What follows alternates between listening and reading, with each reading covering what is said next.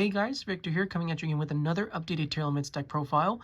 And today's focus is going to be pretty much, we're going to be shaping this deck after the previous list that just came out of YCS Dortmund, where pretty much no one was playing King of the Swamp.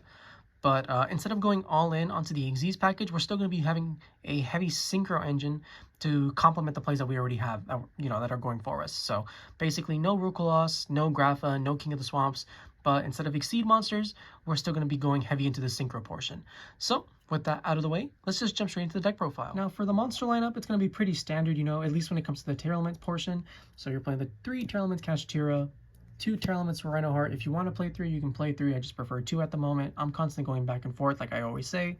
Then you have Tearlaments Scheiren, Tearlaments Merlli, and Tearlaments Havnis. You're only allowed to play one of each, so we only play one of each.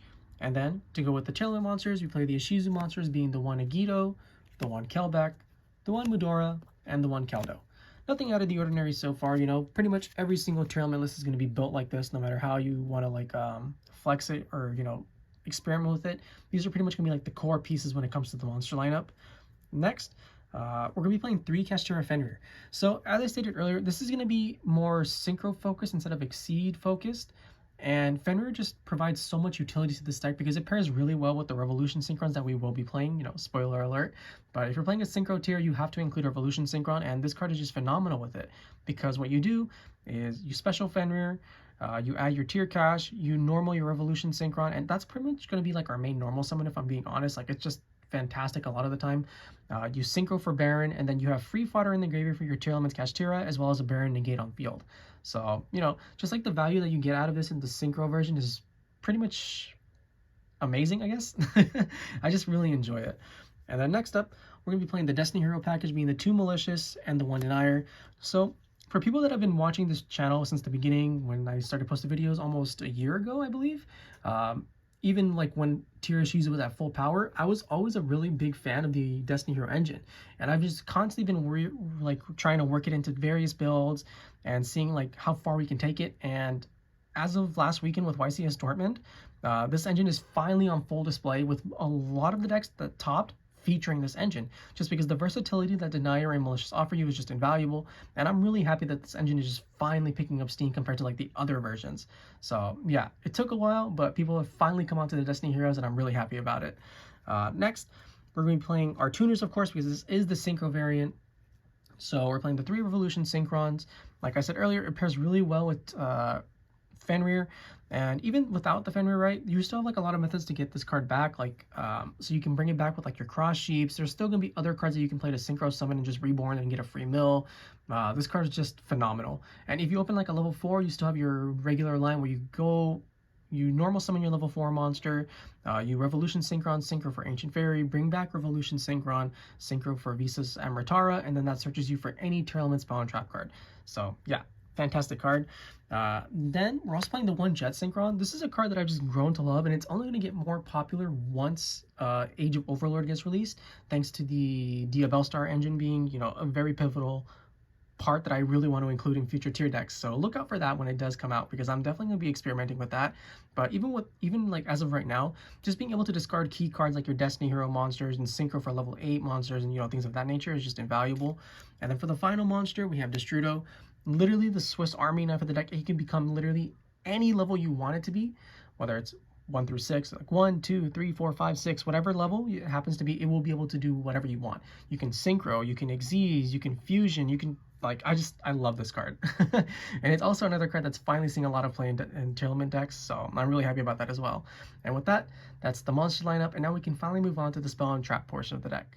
Now for the spell and trap lineup, it's honestly pretty standard also. I'm not really going to find too many flex spots. I mean, there's a couple, but for the most part, it's kind of solved, I guess. So we're playing the 3 Primeval planet Perlereino. You have to play 3. I don't play terraforming just because I don't want to get hit by draw. I'd rather just have my search immediately impact the game somewhat. And I don't play the Pressure Planet Race Off either because I opted to go all in on the Fenrirs instead. Because typically when you play Fenrir and Tearlament, you're going for a 2-1 line, but I just opted for 3-0 because it has more synergy with the Synchrons. and you also don't get bodied by, you know, draw.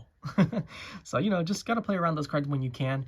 And then next, we're playing 3 Super Polymerizations.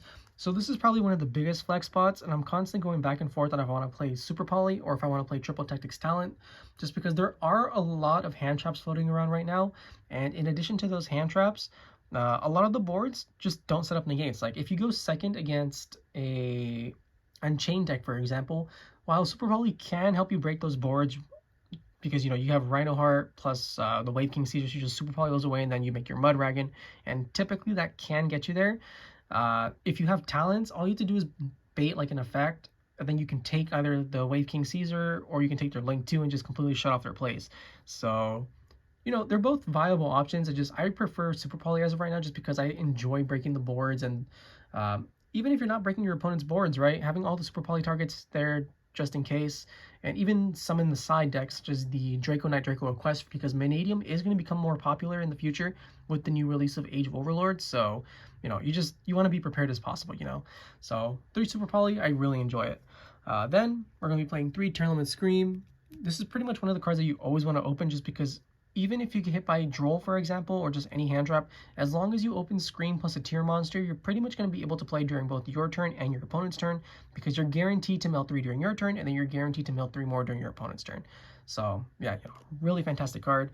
And then we just have a bunch of 1-0 spells after that. So we have the 1 tuning to add our Jets and our Revolutions, the 1 Tearlaments Grief, the 1 Foolish Burial, the 1 Foolish Burial Goods, and then this is something that I tried a long time ago in like previous builds and has definitely been seeing a lot of resurgence, being Card Destruction. Now, let me just say this right now. While I think Card Destruction is a fantastic card, I don't know if it's going to be worthwhile to just play it in the future, just because it's kind of that Dark World syndrome, right? Where if Tearlament gets popular enough, you're going to be playing a bunch of mirror matches, and if you activate Card Destruction, chances are your opponent is going to benefit a lot more from it than you are, because your opponent is going to be typically discarding 5 cards to your 4, you know, usually. So, and I mean, in that case, it becomes an instant like side out or an easy side out, but I don't know if you want to just roll that dice. I know this is a gambling deck, but you don't really want to gamble on your opponent being like a Tearlament or even like a Dark World player, right? Those guys are coming back because of Riseheart's banned, and if you Card Destruction a Dark World player, you just instantly lost the game. So congrats, I guess. And that's it for the spell lineup. Then for traps, you just have the 2 Tearlaments Sulliek and the 1 Trivikarma. You know, Trivikarma gets you any Tearlament spell or trap, just like Visas and Ratara. But thanks to Visas, you can also search out the Trivikarma, and sometimes, you know, that extra negate that Trivikarma offers you, because it does have another effect where if you control a Visas Starforce, you can negate a monster and then gain attack. It does come up sometimes. Not always, but sometimes. And with that, that's the spell and trap lineup, and now we can finally move on to the extra deck portion. So since we don't have to play cards like Rukolos and Grapha in the extra deck because we don't play King of the Swamp, there's actually a lot of versatility that you can make with your choices.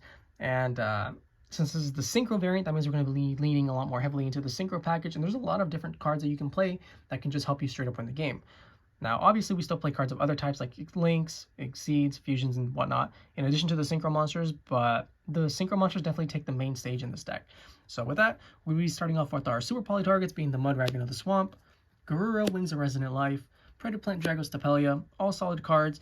The 4th edition that you may be wanting to include pretty soon is Draco Knight Draco Request, just because Vanadium is gaining more steam, and that deck is really strong if it wins the die roll. Like, if you win the die roll with that deck, you're pretty much not going to beat it, just because the boards that it can make are really oppressive. But for now, we don't need it.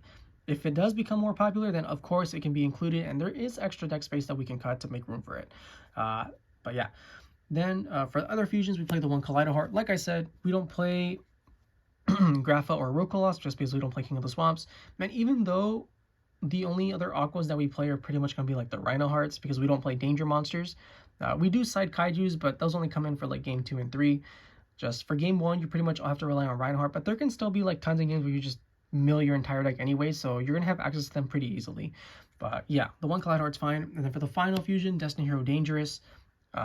So this card is just fantastic because it discards any fodder bricks that you may have in your hand, like Trivikarma or any of the Ishizu monsters, gets into trigger, and then in return, you're able to foolish any Destiny Hero monster, whether it's Destiny Hero Denier or Destiny Hero Malicious. And with Malicious, like I said, you just get an insta rank 6 into Beatrice, which in turn gives you access to any card in your deck pretty much. So card really solid. That's it for the fusions. For the links, we only play the one cross shape. I don't play anything like Sprint or Underworld Goddess or, you know, the Dark Charmer, anything like that. I think cross shape is more than enough to get the point across. So, and plus, like, the versatility that it offers your plays is honestly just unmatched, and I really enjoy it. And then for the Exceed monsters, you play the one Abyss Dweller. If you're playing the Mirror Match or just a bunch of Rogue decks or even Unchained, if you're able to resolve the Abyss Dweller, you've pretty much already won the game right then and there. Plus, and then like I said, plus on top of that, because we don't play Real Claws, that means we're not going to be hit by Super Poly ourselves, because we typically don't have a water monster on the field for them to hit us with. Now, if they have a Droplet, that's a different story, because it is seeing more play, but it's not the end of the world, you know. You don't have to rely on Dweller. It's just something like a bonus incentive, I guess, to be able to just win the game a lot more easily. Then you have the Time Thief Redoer. It gets you resources for free. If you get a spell or a trap, you're basically on top of the world. It helps trigger your Tearlaments monsters when your hands are a little bit mediocre, especially Scheiren. So, yeah, card's fantastic. And then for the final Exceed, Beatrice. I love this card. It literally gives you access to pretty much any single card that you could ever want in your deck. So, yeah, gotta play it. Then for Synchro monsters, we're playing the one Naturia Beast. Now you may be wondering, how exactly do you make this? Well, Revolution Synchron's a level 1, so when it comes back from the graveyard. And then with the Cross Sheep, you can typically bring back any Ishizu monster, which are all Earths, or you can also just make Mudragon, which will be on the board at some point in the combo just because it's really easy to make. And you can just change Mudragon to an Earth. So yeah, you just make Naturia Beast, and then there are a lot of matches where you can just straight up win because Naturia Beast hit the field. Now, obviously, sometimes they're going to have the Forbidden Droplet or the Dark Ruler No More or the Imperm, but that's fine, just because this card is such an imposing threat that they have to answer it pretty much immediately, otherwise they insta-lose the game in a lot of situations. Then you play the one FA Dawn Dragster, easily the most cuttable card, but I just love it, especially when you combine it with Destrudo, because Destrudo plus any other monster that it can target becomes an insta level 7, and having an extra spell and trap negate that for some reason also does piercing is pretty solid. Then you have the Ancient Fairy Dragon with the Visas Amritara. You know, this is going to be your bread and butter Revolution Synchron play with any level 4 monster. You just level 4 Revolution, Ancient Fairy, bring back Revolution, then, you know, go from there. Then level 8s, I really enjoy Cyframe Lord Omega, just because in addition to being able to rip cards out of your hand, or out of your opponent's hand, which is always a bonus, it's able to recycle really key cards. So it can recycle your Trivikarmas, it can recycle your Ishizu monsters, which is really good because that means you can be a little bit more greedy with them, right? If you have like a card in your graveyard, you can just go activate Keldo or Mudora, shuffle them back, and then in the standby phase, Omega will return them for you to use them once again. But yeah, I love this card. It's probably one of my favorite level 8 synchros. And then for the final card, you play the one Baronne de Fleur. Omni Negate brings back monsters. What more can I say? Card's fantastic. And with that, that's the Tearlament deck profile. I hope you guys enjoyed it. If you did, please feel free to like, comment, subscribe, and I'll catch you guys next time. See ya!